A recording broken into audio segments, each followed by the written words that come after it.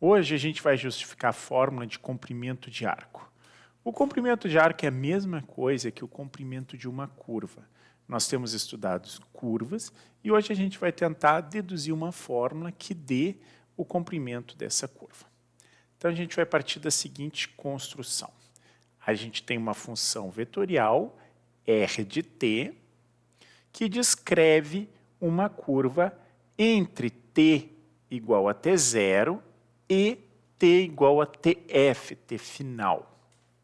Então, o domínio dessa função vetorial é o intervalo de t0 até tf.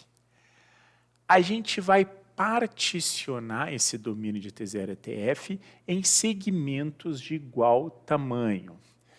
Cada segmento vai ter comprimento ΔT. Pode-se interpretar fisicamente esse problema como uma partícula se deslocando no tempo, cuja posição é a função vetorial r de t. Então, o que a gente está buscando aqui é o deslocamento. A gente vai supor que a parametrização é regular, isto é, r' nunca é zero.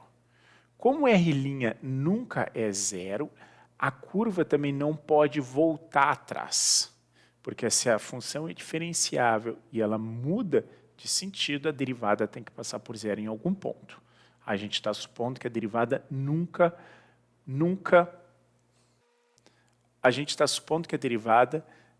se anula.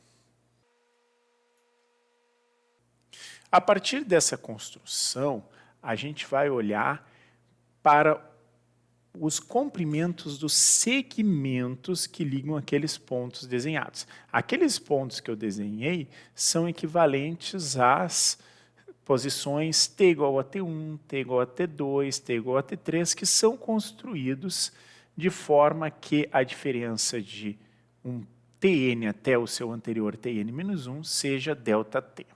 Estão equidistantes em t. Não estão necessariamente equidistantes no espaço tridimensional. Quer dizer, a distância de um ponto até outro não precisa ser constante. Nós olharemos para o comprimento desse segmento e somaremos todos. Então, isso tende a ser uma aproximação daquilo que a gente espera ser o comprimento daquela curva. Visualmente, a gente já vai ver que essa aproximação é inferior àquilo que a nossa intuição define como comprimento da curva. O comprimento do segmento que liga um ponto até o outro é dado pela norma do vetor, que começa num ponto e vai até o outro. O vetor que vai de um ponto até o outro é a diferença dos r's. Como a gente quer somar todos os pontos, a gente vai somar os comprimentos dos n segmentos. Então, a fórmula que a gente tem para o Ln é o somatório de n pequeno igual a 1 até o n grande do módulo das diferenças. Então, observe que também é uma soma de escalares. O Ln é um número.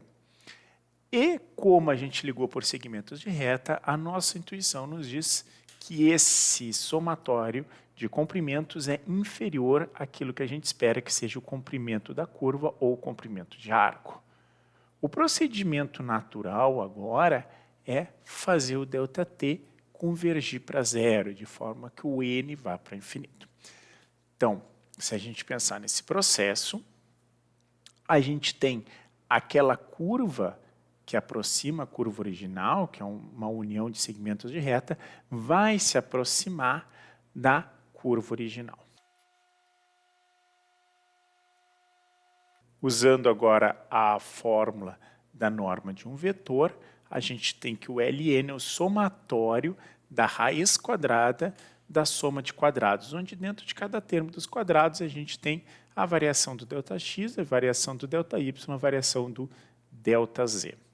Esse, na verdade, é um caso do teorema de Pitágoras em 3 dimensões, a distância euclidiana em 3 dimensões.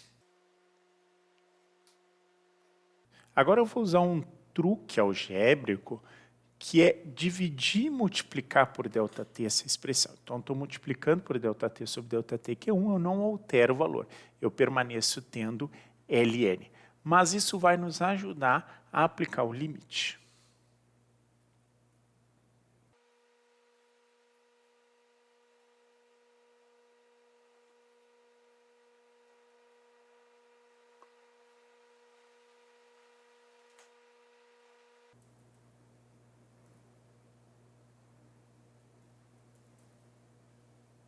Eu escrevi agora ΔT dentro de cada termo.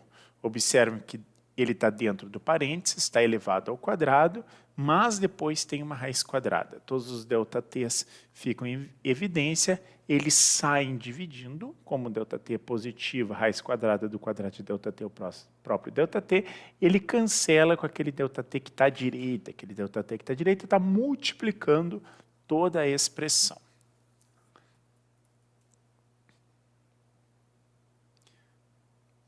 Agora a gente procede com o limite ΔT para zero. Observe que quando o ΔT fica pequeno, o número de segmentos aumenta, porque a gente vai cobrir a mesma região. Então, os termos dentro de cada parênteses, dentro do radical, se aproximam da derivada. Vocês lembram que ΔX sobre ΔT vai convergir para a derivada de x, ΔY sobre ΔT vai convergir para a derivada de y, e ΔZ sobre ΔT vai convergir para a derivada de z quando ΔT vai para zero.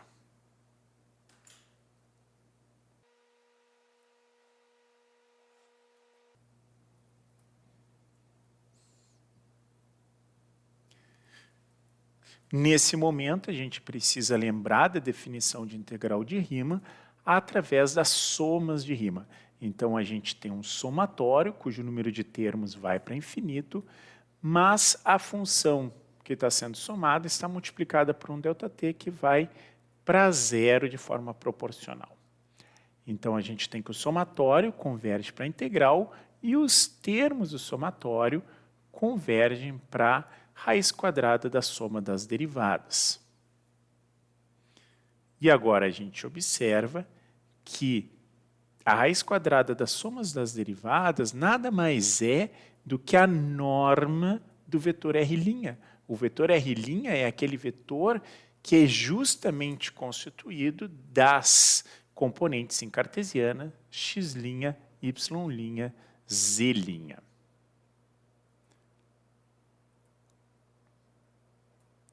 Assim, a gente chega nessa fórmula compacta que o comprimento de arco é integral do módulo da derivada da função r que parametriza a curva.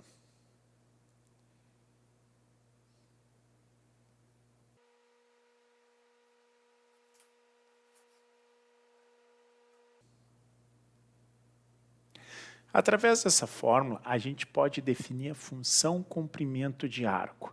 É uma função que depende do parâmetro t e nos dá o comprimento do arco desde o início da parametrização até aquele ponto t. Então, o S de t é a integral de t0 até t. Não é integral até o t final, ele é integral até um t arbitrário. Então, a gente vai integrar o R' de tal. Por que eu uso a variável tal? Porque eu não quero confundir a variável muda de integração com a variável livre que define a S de t. Por isso, eu fiz essa substituição para não haver ambiguidade. Essa expressão S de t igual a integral de t0 até t do módulo da derivada de r nos permite, através do teorema fundamental, construir a derivada de s em relação a t. O ds dt, ou S' de t, que é o módulo do R'.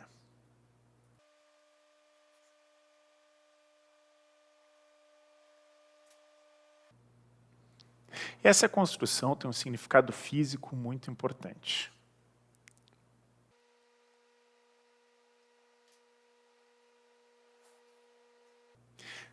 Se t é um instante de tempo e r de t indica a posição de uma partícula, a gente pode definir a velocidade e a aceleração através das derivadas de R de t. Assim, R de t é a posição da partícula como uma função de tempo.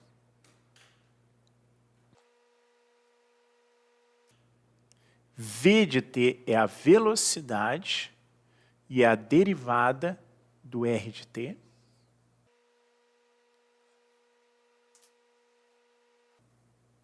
Observe que tanto a posição como a velocidade são vetores. A aceleração é definida como a derivada no tempo da velocidade, que acaba sendo a derivada segunda da posição. Então, nós temos aí essas representações para velocidade e aceleração como funções do tempo, quando R de t representa a posição de uma partícula. Então, aí a gente está interpretando a trajetória.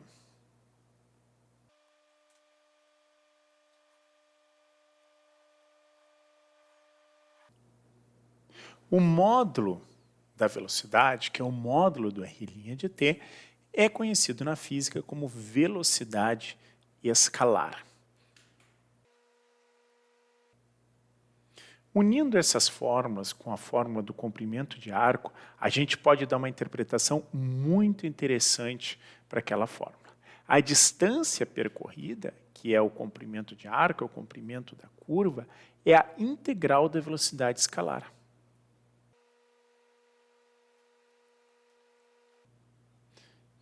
A gente observa que como velocidade não é negativa, porque é um módulo, eu estou falando de velocidade escalar, ela não pode ser nunca negativa, o comprimento percorrido nunca diminui. É uma integral de um termo não negativo, ele não pode diminuir.